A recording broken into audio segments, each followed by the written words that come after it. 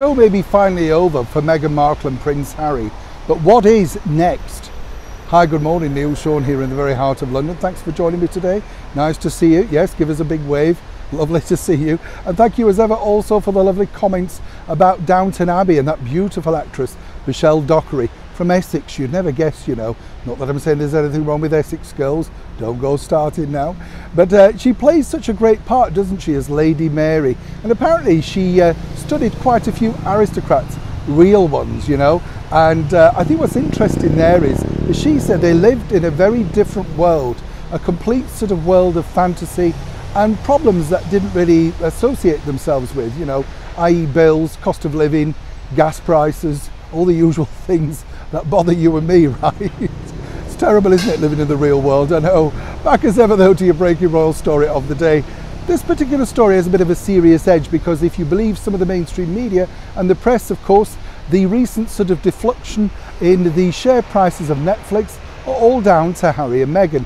Now, as ever, we have to say on the show, and I have to point this out, I'm not being paid by the Sussex squad or the Sugars or all that sort of stuff. We just delve in and find the real reasons. And part of the reasons, actually, is definitely the cost of living crisis. A lot of people do look at streaming services and say, do I need it? Can I afford it? Is it vital? But of course, the big problem recently for Netflix, not only have they had a downturn in some of their productions, in fact, do you know anything by Netflix other than Bridgerton and The Crown? I mean, you know, I don't have it, so I don't know. But these are the things that apparently are sold, and these are the big successes. But more importantly now for Harry and Meghan, all eyes are upon them because Netflix, as you know, splurged a very big amount of money on the former royals to deliver some content. And the first is going to be the documentary We Are Invictus from Archwell Productions. Now, I've been told by a very good source who works very closely with the top team out at Netflix that they are hinging a lot, and are talking a lot, in order to get the subscribers back up based on this documentary. What they think is, of course, that it's been well received in the media, you know, with all the free publicity, and that's true. We also know publicity does not generate streamers, you know, subscribers. Now, what Netflix are suggesting to Harry and Meghan is, wait for this, that upon the completion of the editing process of We Are Invictus, and there is lots and lots and lots of footage, let me tell you, then they need to go on the campaign trail. That's right. And more so, in fact, we can tell you this first, and as ever, we have to say allegedly, it may even get a full cinema screening first, and then put into the subscription service. This is all in order to generate people's interest back into that particular studio.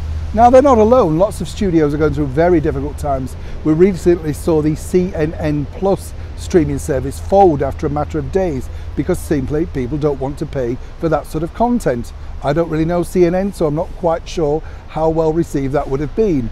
But back to Netflix, what they'd like to do, and this could be another thing that they're going to be pushing forward from Harry and Meghan, is to do a live streaming event.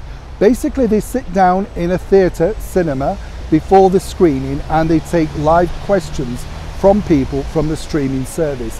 Very clever marketing idea, would generate a lot of interest. But as ever with Harry and Meghan, and you know, one has to say it's a very difficult thing because whether people are saying people are bailing out just because of them, you know, yes, there's going to be a percentage of that, but it can't be all of that. Even though Netflix is relatively cheap, it had a buoyant period during the pandemic, and now people are realising that they don't actually need it. But this could actually turn things around a little bit.